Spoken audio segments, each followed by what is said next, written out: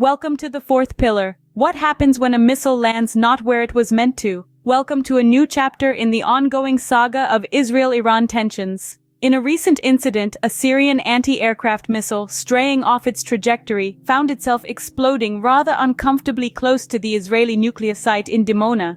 While the incident caused no injuries or damage to the nuclear facility, it did result in Israel retaliating by targeting several missile batteries in Syria.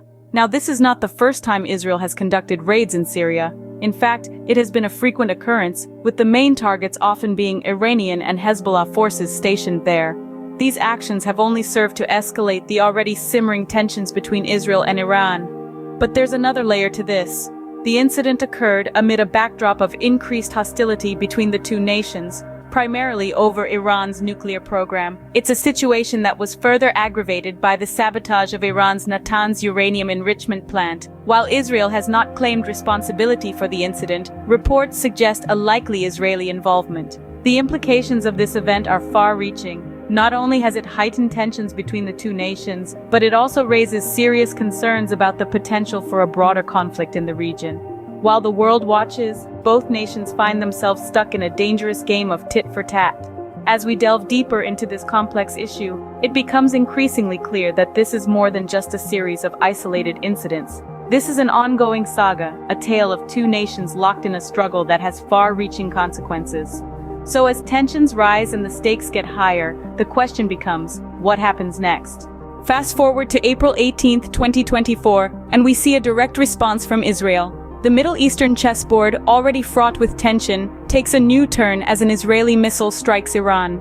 This strike is a clear-cut retaliation to a previous Iranian drone and missile attack on Israel, a tit-for-tat in this high-stakes game of geopolitical brinkmanship.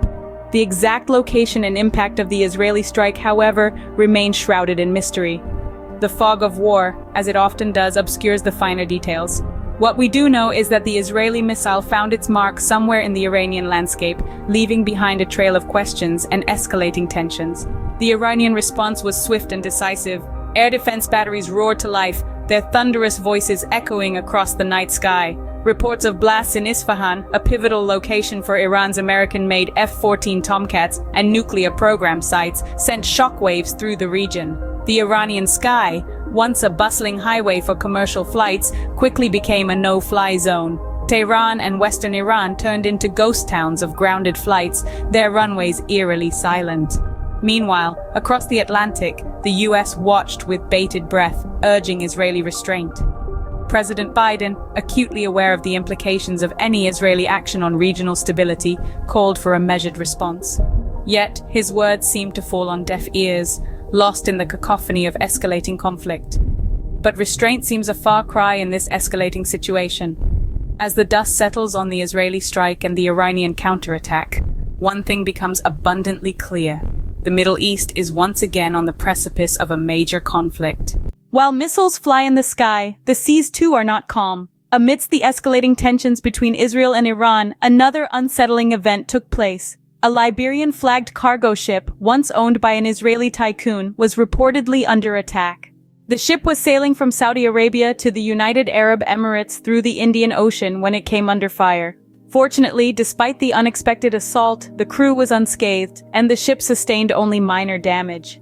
Israeli media were quick to suggest potential Iranian involvement in the attack, further fanning the flames of the ongoing conflict. However, Lebanese media reported the incident with an unknown weapon, adding an element of mystery to the situation. This event is not isolated, as it adds to a series of alleged attacks in the region involving vessels from both Israel and Iran. Despite the attack, the cargo ship continued on its journey, last tracked off the coast of Dubai.